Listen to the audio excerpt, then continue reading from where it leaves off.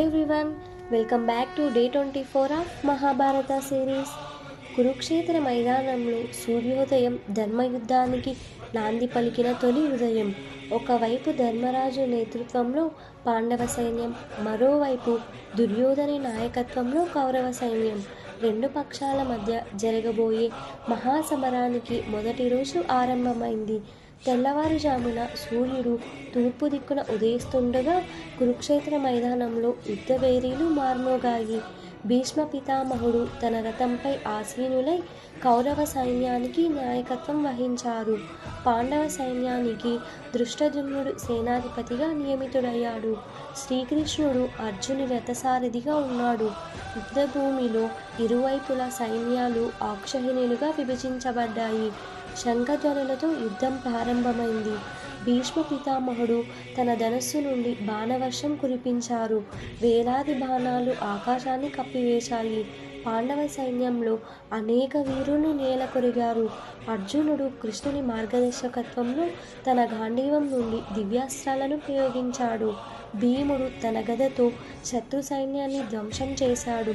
అభిమన్యుడు తన యుద్ధ నైపుణ్యాన్ని ప్రదర్శించాడు. సూర్యుడు నెత్తి మీదకు వచ్చే సమయానికి యుద్ధం మరింత తీవ్రమైంది. దుర్యోధనుడు భీష్ముని వద్దకు వెళ్ళి పాండవులపై మరింత తీవ్రంగా దాడి చేయమని కోరాడు. దుష్టజుమ్నుడు భీష్మునితో తలపడ్డాడు. ఘటోత్కచుడు తన మాయాశక్తులతో కౌరవ సైన్యాన్ని కలవరపరిచాడు.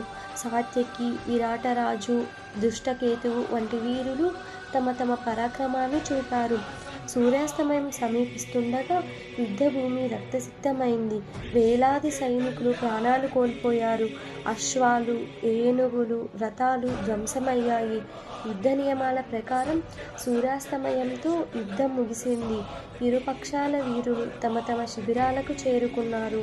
మొదటి రోజు యుద్ధంలో భీష్మ పితామహుని నాయకత్వంలో కౌరవులు ఆధిక్యత సాధించారు.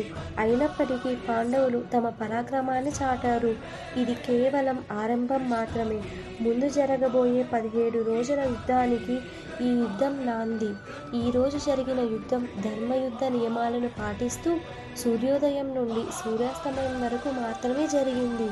బంధుత్వం, స్నేహం, గురు శిష్య సంబంధాలను పక్కన పెట్టి ధర్మం కోసం పోరాడిన ఈ రోజు చరిత్రలో చిరస్మరణీయంగా నిలిచిపోయింది.